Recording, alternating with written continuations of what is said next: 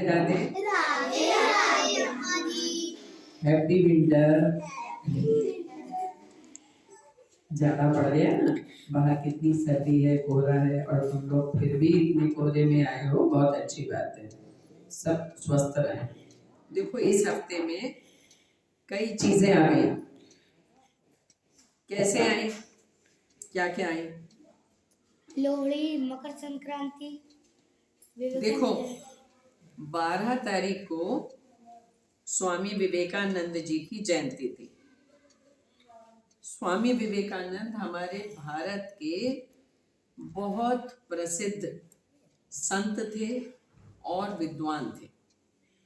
स्वामी विवेकानंद जो थे, उनके बचपन का नाम था नरेंद्र। क्या नाम था? नरेंद्र दत्त। उनके पिताजी थे विश्वनाथ दत्त। कलकत्ता में इनका जन्म हुआ था और इनके पिताजी वकील थे। और ये बहुत छोटी उम्र से ही शैतान भी बहुत थे और होशियार भी बहुत थे।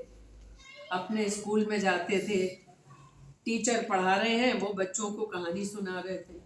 टीचर ने देखा, खड़ा कर दिया उस बच्चे को और उससे पूछा, बताओ मैं अभी क्या सुना रहा था, बताओ मैं अभी क्या पढ़ा रहा था। उस बच्चे को तो पता ही नहीं था, वो तो कहानी सुन रहा था। तो नरेंद्र खड़े हो गए तुरंत, मैं बताऊं सर? और नरेंद्र ने वैसे के वैसे ही सब बात बता दी उनको। तो टीचर को बड़ा आश्चर्य हुआ और फिर वो बोले, सर गलती इसकी नहीं है, मैं कहानी सुना रहा था, ये बच्चे सुन रहे थे। तो उन्होंने उसको बिठा दिया, अच्छा ठीक है। और उन्होंने ये देखा कि नरेंद्र में इतनी होशियारी है कि जो वो मेरी बात भी सुन रहा है और बच्चों को कहानी भी सुना रहा है। बहुत होशियार थे और शैतान भी बहुत थे। जैसे धीरे धीरे बड़े हुए, पढ़ाई की उन्होंने, और फिर उनका मन जो था वो भगवान की तरफ बहुत लगता था। बहुत अपने कमरे में जाके बैठ जाते थे, चुपचाप ध्यान मग्न हो जाते थे। सब कहते हैं नरेंद्र कहाँ गया, नरेंद्र कहाँ गया, नरेंद्र कहाँ गया। पता लगा नरेंद्र तो ध्यान में बैठे हुए हैं। थोड़े जब बड़े हुए, पढ़ाई की तरफ खूब उनका ध्यान गया, उन्होंने धार्मिक पुस्तकों का अध्ययन किया और उन्होंने एक गुरु का शिष्य बनना स्वीकार किया, जिनका नाम था रामकृष्ण परमहंस। स्वामी रामकृष्ण परमहंस उनके गुरु थे। उनसे उन्होंने दीक्षा ली और फिर उन्होंने बहुत सी किताबें लिखी, खूब भ्रमण किया।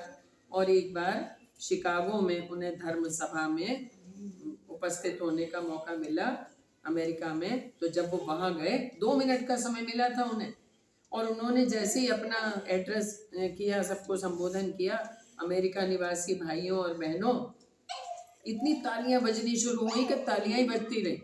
और फिर जो उन्होंने बोलना शुरू करा तो सब लोग उनके उस विद्वता के और उनकी वाणी के कायल हो गए और सबने उनकी बहुत प्रशंसा की। इस तरह, और बहुत कम उम्र में, 39 इयर्स की उम्र में उनकी डेथ हो गई। और वो भारत को एक ऐसा संदेश दे गए। वो कहते थे कि आपको अगर भगवान की सेवा करनी है, भगवान को प्राप्त करना है, तो मनुष्य की सेवा करो। मानव सेवा ही ईश्वर की सेवा है। और एक वो ये कहते थे, उठो जागो और तब तक चलते रहो जब तक अपना लक्ष्य प्राप्त न कर लो। अपने लक्ष्य की तरफ ध्यान देना चाहिए। और उनके इस जन्मदिन को हम भारतवासी युवा दिवस के रूप में मनाते हैं। किस दिवस के रूप में? युवा दिवस। युवा दिवस के रूप में। युवा किसे कहते हैं? जवान। जवान, हाँ।